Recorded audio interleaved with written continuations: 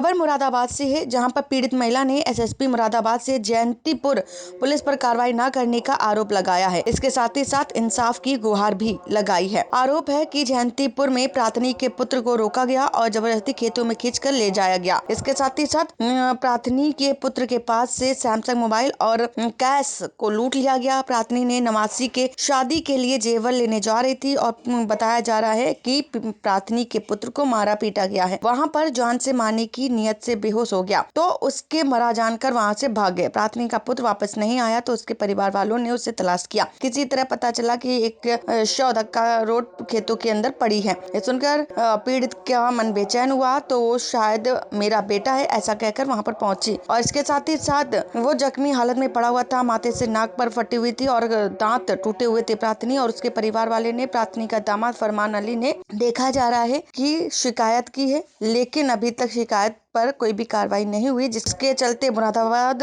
वरिष्ठ पुलिस अधीक्षक से समक्ष पेश होकर न्याय की गुहार लगाई है। अम्मा क्या नाम है आपका? जैतून। कहाँ से रहने वाली हो? इसमें पीर की बाजार बड़ी मस्जिद। थाना कटघर लगता होगा आपका? मंझोला। जयंतीपुर। आज आप मुरादाबाद वरिष्ठ पुलिस अधीक्षक से मिली हो। अच्छा। क्या हुआ आपके साथ में, ये बताओ। ये हुआ हमारे साथ में कि हम लड़के को लेकर गए थे और जाने के बाद लड़के को होश आवास नहीं था, 2 दांत टूट गए उसके और उसके सिर में इतने चोट लगी हुई थी, वो बेहोशी में था।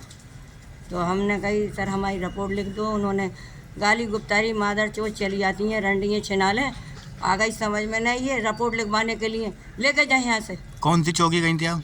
जयंतीपुर।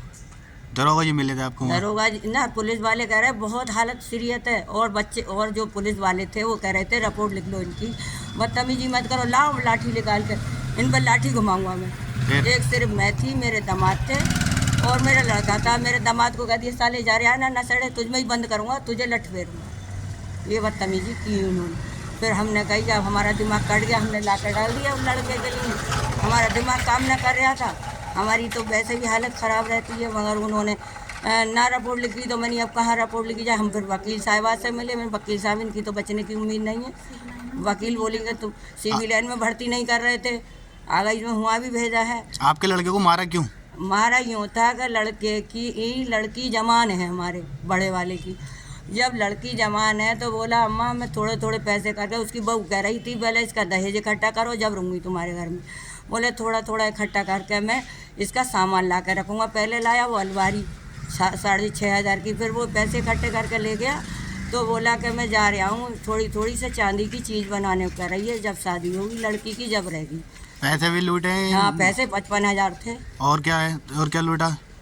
और 55,000 थे। मुझे तो ये ना मालूम कौन कैसे 4 जनों ने निकाला था, 4 जनों ने डाल के गए हैं। वो कौन लोग थे? वो उसका नाम था शमशाद नाम था लड़के का, लेकिन एक लड़के का नाम याद है, पुलिया मोबाइल भी था। वो लड़का जो था पुलिया पे बैठे इसके पीछे लग गए, बोले आओ भाई, मगर ये पता ना थी कि इसके संग में ऐसा जो है। 12 बजे का गिरा हुआ, ये मिला है शाम के 6 बजे से होश नहीं था। अब आपका मरीज का, आपका बेटा कहाँ है? सिविल लाइन में भर्ती नहीं कर रहा, अभी भर्ती नहीं कर रहे हैं। आप क्या चाहती हो अब ये बताओ?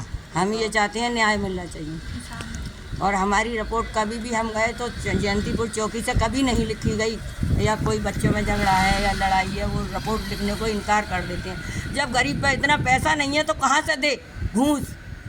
इनके बेटा अपनी बच्ची की शादी के लिए दहेज इकट्ठा कर रहा था, 55,000 रुपये इकट्ठा करे। अब वो घर से बाहर निकला, कुछ लोग उसके पीछे लग गए, बहका के उसे खेतों में ले गए, उसे मारा पीटा और इतनी बुरी तरह मारा कि ये ढूंढते रह गया कहाँ 4 बजे का बंदा निकला, वहाँ वापसी नहीं आया, कहाँ है। फिर किसी ने रास्ते में बताया कि भाई एक कोई लाश पड़ी है उधर साइड, तो तुम इतना परेशान हो जाके देख लो। वहाँ जाकर देखा तो इनका बेटा खून में लथपथ पड़ा था।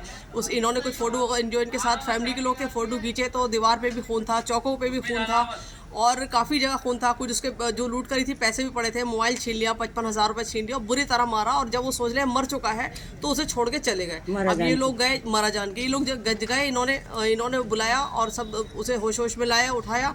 उसके बाद जयंतीपुर पुलिस चौकी के पास दरोगा जी के पास गए, पवन मिश्रा जी के। उन्होंने इनकी ना रिपोर्ट लिखी, ना इन्हें बैठाया, ना इनकी पूरी बात सुनी और इनके साथ गाली गलौज करा, बदतमीजी करी और इन्हें भेज दिया। और इन्होंने तुम यहाँ से नहीं जाओगे तो लाठी डंडों से तुम्हें मार के तुम्हें सही कर देंगे, यहाँ मच्छर नाच के बाद। अब बताइए, अगर पीड़िता के साथ ऐसा हो ये सब, तो फिर कौन पुलिस पे विश्वास करेगा। और उसकी हालत इतनी गंभीर है कि डॉक्टर में ले लेके घूमी, 10 उसके 5 टाँके इस जगह आए हैं, 5 टाँके यहाँ हैं, 5 टाँके यहाँ हैं, 2 दांत उसके टूट गए हैं, कंडीशन और कमर पे बंद चोट है, नील पड़े हुए हैं। अब बताइए, बेटा मर जाता है, अब मर जाएगा तो ये तो बेचारे बेसहारा हो जाएंगे। तो ये क्या चीज़ है बताइए। सब कहते हैं पुलिस इंसाफ है, पुलिस तो दोस्त होती है, ये पुलिस दोस्ती निभा रही है इनके साथ। रात के 8 बजे इतनी ठंड में परिवार के साथ लेकर महिलाएं भटक रही हैं और वो आप धक्के देके भगा रहे हो, ये क्या तरीका है। और मैं तो कहती हूँ वहाँ के CCTV कैमरे चेक करा ली जाए, अगर इन पे विश्वास ना हो तो खुद पता लग जाएगा। अगर वो कैमरे चालू हैं तो खुद सच्चाई दिख जाएगी कि क्या हुआ है। तो ऐसे इनका बेटा मर जाए कुछ है तो किसी के साथ भी इंसाफ नहीं होगा फिर तो। नहीं इनके साथ हो रहा है, हो सकता है सबके साथ ऐसा हो तो। आज आपने इनको वरिष्ठ पुलिस अधीक्षक के हाँ, पास आज पेश मैंने कराया है। वरिष्ठ अधीक्षक साहब के यहाँ इन्हें पेश किया है, इसी उम्मीद से कि इनके जो फेवर है इनका फेवर हो और मुलजिमान गढ़ों के खिलाफ FIR दर्ज हो। और जो हम चौकी इंचार्ज पवन मिश्रा जी, बिल्कुल उनके खिलाफ भी मुकदमा दर्ज होना चाहिए। मुरादाबाद से रेहान अंसारी की रिपोर्ट।